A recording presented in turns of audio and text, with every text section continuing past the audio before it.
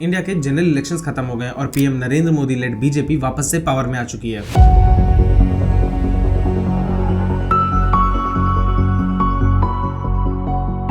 पर कुछ अलग दिखा है इस इलेक्शन के रिजल्ट में। जहां कैंपेनिंग 400 पार की हो रही थी, वहां बीजेपी मेजोरिटी लाने में भी इनकेपेबल निकली। बहुत सारे अलग अलग रीजन्स पे बहुत सारी सीट्स का नुकसान हुआ, पर इस सब में कुछ कॉमन लिंक्स दिखे जो कुछ कॉमन मुद्दों की तरफ इशारा कर रहे थे, जिससे ये दिख रहा था कि लोग कुछ बातों पे एक्चुअली नाराज हैं सरकार से। और इस नाराजगी में एक बड़ा नाम सरकारी नौकरियों का था। सरकारी नौकरियां इंडिया में एक बहुत बड़ा रोल प्ले करती हैं, जिसका प्रूफ हमें नौकरियों की एप्लीकेशन में दिखता है। कुछ हजार नौकरियों के लिए कई करोड़ लोग फॉर्म भरते हैं। यहाँ तक कि वो स्टूडेंट्स जिन्होंने अपनी MBA PhD कंप्लीट की हुई है, जिन्हें बाहर बहुत आसानी से लाखों की जॉब मिल जाएगी, वो भी इन जॉब्स के लिए अप्लाई कर रहे हैं। 2018 में यूपी पुलिस में मैसेंजर की 62 वैकेंसीज आई थी, जिसके लिए एलिजिबिलिटी सिर्फ क्लास 5th पास चाहिए थी और आपको साइकिल चलानी आनी चाहिए। इन 62 वैकेंसीज के लिए 93,000 से ज्यादा फॉर्म भरे गए थे, जिसमें से 3700 PhDs, 50,000 से ज्यादा ग्रेजुएट्स और करीब 28,000 से ज्यादा पोस्ट ग्रेजुएट्स से फॉर्म भरे थे। तो क्या इस देश में नौकरियों का सच में इतना बड़ा क्राइसिस चल रहा है? शायद नहीं, क्योंकि यहाँ बात स्पेसिफिकली सरकारी नौकरियों की हो रही है। सरकारी नौकरियों की इतनी ज्यादा डिमांड के पीछे कई कारण रहे हैं हमेशा से,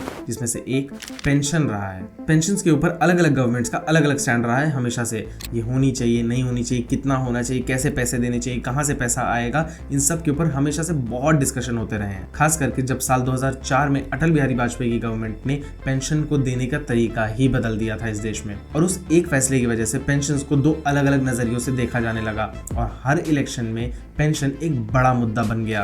तो आज समझते हैं कि पेंशन का पूरा मुद्दा क्या है, ये होना चाहिए, नहीं होना चाहिए, इसकी जरूरत है या नहीं, पैसा कहाँ से आना चाहिए पेंशन देने के लिए, और इसका क्या असर पड़ता है मेरे और आप जैसे लोगों पर।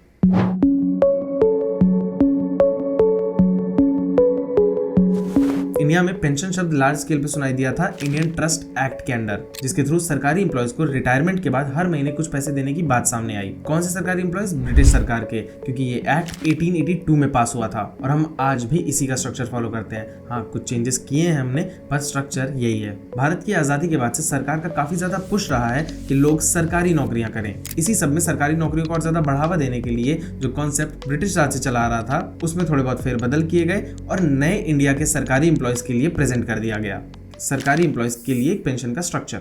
इसमें वो अपनी नौकरी की आखिरी सैलरी का आधा एज पेंशन पाएंगे अपनी आने वाली पूरी लाइफ के लिए, जिसमें हर महीने कुछ एक्स्ट्रा पैसे सरकार ऐड करके देगी ताकि वो महंगाई के बराबरी में चल सकें। इसे डियरनेस अलाउंस या DA कहा गया। अभी सुनने में तो बहुत अच्छा लग रहा है कि पहले जॉब कर लो और फिर जब जॉब नहीं रहेगी तो मस्त लाइफ एंजॉय करो, क्योंकि हर महीने सरकार एक डिसेंट अमाउंट हमें दे दिया करेगी। पर इस सब में एक बहुत बड़ी प्रॉब्लम थी जो सरकार कंप्लीटली नजरअंदाज कर रही थी, क्योंकि वो सरकार के लिए इमीडिएट प्रॉब्लम नहीं थी, क्योंकि उन्हें जिन लोगों को पेंशन देनी है वो अभी तो देनी नहीं है, वो जब वो रिटायर होंगे 30-40 साल बाद तब देनी है, तो वो तब की तब सोचेंगे। अच्छा, मैं यहाँ पे एक चीज बता दूं कि मैं यहाँ पे बहुत ज्यादा स्पेसिफिक होकर नहीं चल रहा हूँ कि ब्रिटिश राज से सरकारी इंप्लॉयज ट्रांसफर हुए थे और लगातार चल रहा था, तो ऐसा नहीं था कि सरकारी इंप्लॉयज आजादी के बाद बने, क्योंकि समझने में बहुत ज्यादा कॉम्प्लिकेटेड हो जाएगा। ऐसा नहीं है कि मैं उस चीज को नहीं जानता हूँ, पर वो चीज मैं एड्रेस इसलिए नहीं कर रहा क्योंकि वो कॉम्प्लिकेट करेगा सिचुएशन को। एक बड़े लेवल पे इंडिया के सरकारी इंप्लॉयज की बात हो रही है, तो क्योंकि एक बड़ी पॉपुलेशन के पेंशनियर बनने में भी बहुत टाइम है, तो लोगों को मोटिवेट करो कि वो सरकारी नौकरियां करें,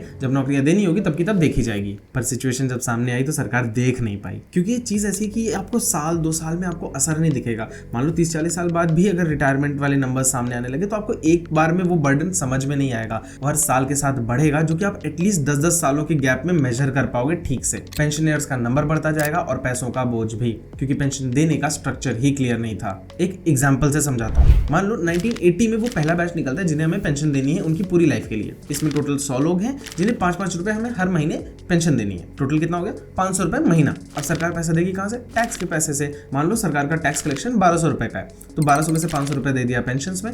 अब बचे हुए से आप बाकी सारे काम करो देश के। अब 1990 आया, इन 10 सालों में 50 और पेंशनर जुड़ गए, टोटल पेंशनर हो गए 150। और क्योंकि हम पेंशन को महंगाई के हिसाब से एडजस्ट कर रहे हैं, तो अब पेंशन हो गई 6 रुपए। तो अब 150 लोगों को 6 रुपए पर महीने की पेंशन मिलेगी। और मान लो सरकार का टैक्स कलेक्शन भी बढ़ गया, 1200 रुपए से अब 1500 रुपए हो गया। तो अब कितना बचा सरकार के पास? 600 रुपए महीने का। और इस तरीके से हर बढ़ते साल के साथ ये पेंशन का बर्डन बढ़ता रहता है, जो कि डायरेक्टली टैक्स के पैसे से कटता है। और अगर आपको लग रहा है कि होगा पर इतना ज्यादा थोड़ी होगा, मैंने एग्जाम्पल बहुत ज्यादा बढ़ा चढ़ा के बताया, तो ऐसा नहीं है। मेरा जो एग्जाम्पल था 1200 रुपए सरकार की कमाई और 500 रुपए हर महीने पेंशन देना है, ये कितना हुआ 40% के आसपास। 2023 में यूपी केरला जैसे स्टेट्स अपनी पूरी कमाई का 40% सिर्फ सैलरीज और पेंशंस में खर्च कर रहे हैं, सिर्फ सैलरीज और पेंशंस में। ये एक बहुत बड़ा इशू है। तो ये सब चल रहा था और 2004 में सरकार एक नया सिस्टम लेके आती है, द न्यू पेंशन सिस्टम। ये नया पेंशन सिस्टम पुराने वाले से काफी ज्यादा अलग था। जैसे सरकार के पास यहाँ पे क्लैरिटी थी कि पैसा कैसे मैनेज करना है जो पेंशन के लिए देना है, और वो टैक्स के पैसे से नहीं देना है। दूसरा, महंगाई को मैनेज करने के लिए एडिशनल टैक्स के पैसे से नहीं देना है, बल्कि उस पैसे को इन्वेस्ट करना है और वो इन्वेस्टमेंट का रिटर्न महंगाई से मैनेज करवाएगा। अभी सब समझाऊंगा। और तीसरा कि सरकार अकेले कंट्रीब्यूट नहीं करेगी, बल्कि वो एम्प्लॉय भी अपनी रिटायरमेंट के लिए कुछ कंट्रीब्यूट करेगा हर महीने, जिससे सरकार का बर्डन स्ट्रेट हाफ हो जाता है। और ये जो एम्प्लॉय की कंट्रीब्यूशन की बात आ गई कि एम्प्लॉय अपने पेंशन के लिए खुद कंट्रीब्यूट करे, यहाँ पे बहुत ज्यादा बवाल हुआ। लोगों का ये पॉइंट था कि अब तक तो सरकार हमें पेंशन देने के लिए हमसे पैसा नहीं लेती थी, अब हमसे ही पैसा लेके हमें पेंशन देगी। तो इसमें मेरा ओपिनियन ये है कि अगर आप इतने एरोगेंट हो सकते हो कि आप अपनी रिटायरमेंट प्लानिंग के लिए खुद कंट्रीब्यूट नहीं करना चाहते हो, तो एक टैक्स पेयर भी ये बात कह सकता है कि वो आपके रिटायरमेंट प्लानिंग के लिए, वो आपकी पेंशन के लिए पैसा क्यों दे।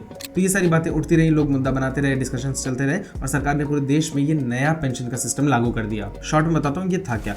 इसमें सरकार एक सेपरेट फंड क्रिएट कर रही थी। जैसे आपके म्यूचुअल फंड्स होते हैं, उस तरीके का सरकार हर आदमी का एक फंड क्रिएट करती है, जिसमें एम्प्लॉय की सैलरी के हिसाब से सरकार हर महीने कुछ पैसा ऐड करती है, उतना ही पैसा एम्प्लॉय भी ऐड करता है, और वो पैसा एक जगह पे इन्वेस्ट होता है। कहाँ पे इन्वेस्ट होता है? स्टॉक्स में, गवर्नमेंट बॉन्ड्स में, कॉर्पोरेट बॉन्ड्स में, गोल्ड में, मतलब रिस्क भी सेफ भी, एकदम बैलेंस बना के। और ये फंड्स SBI, LIC जैसे फंड मैनेजर्स मैनेज कर रहे थे कि पैसा किसी हाल में डूबे नहीं और एक अच्छा रिटर्न मिलता जाए। रिटायरमेंट से पहले कोई भी उस पैसे को एक्सेस नहीं कर सकता, और जब वो रिटायर होगा तो उसके पास दो ऑप्शंस होंगे। पहला कि वो जो टोटल इन्वेस्टमेंट्स प्लस रिटर्न्स के साथ जो अमाउंट बना है उसकी वो हर महीने पेंशन बनवा ले, और हर महीने उसको लाइफ टाइम तक उस अमाउंट से पेंशन मिलती रहेगी। या फिर वो रिटायरमेंट के बाद उस पैसे में से 60% मैक्सिमम पैसा निकाल ले तुरंत, और बाकी की उसको पेंशन मिलती रहे। ये स्ट्रक्चर था एनपीएस का, जो शुरू में सिर्फ सरकारी इंप्लॉयज के लिए था, बाद में उसे पूरे देश के लिए ओपन कर दिया गया और पूरे देश इस अपॉर्चुनिटी का यूज कर सकता था। इससे सबसे बड़ा फायदा ये हो रहा था कि क्योंकि एक अलग फंड क्रिएट किया गया है और एम्प्लॉय भी कंट्रीब्यूट कर रहा है, एम्प्लॉयर भी कंट्रीब्यूट कर रहा है, और वो पैसा इन्वेस्ट हो रहा है, तो जो टैक्स पेयर्स पे बर्डन है वो खत्म हो गया था। इसकी वजह से बहुत सारे लोग अनसेटिस्फाइड थे, तो इस पे पॉलिटिक्स तो होनी थी। क्योंकि ये बीजेपी गवर्नमेंट लाई थी, तो ऑपोजिशन सारे स्टेट इलेक्शंस और सेंट्रल इलेक्शंस में ये प्रॉमिस करने लगा कि अगर हम पावर में आते तो हम ओल्ड पेंशन स्कीम को वापस ले आएंगे और न्यू वाली को हटा देंगे। हिमाचल में कांग्रेस की सरकार बनती है और कांग्रेस अपना वादा पूरा करती है, वो न्यू पेंशन स्कीम को हिमाचल से हटाती है और ओल्ड पेंशन स्कीम को लाती है। और इसका रिजल्ट ये हुआ कि हिमाचल प्रदेश की फाइनेंशियल हालत हर बढ़ते साल के साथ बद से बदतर होती जा रही है, जिसमें हिमाचल प्रदेश की कमाई और खर्चों के बीच का जो डिफरेंस है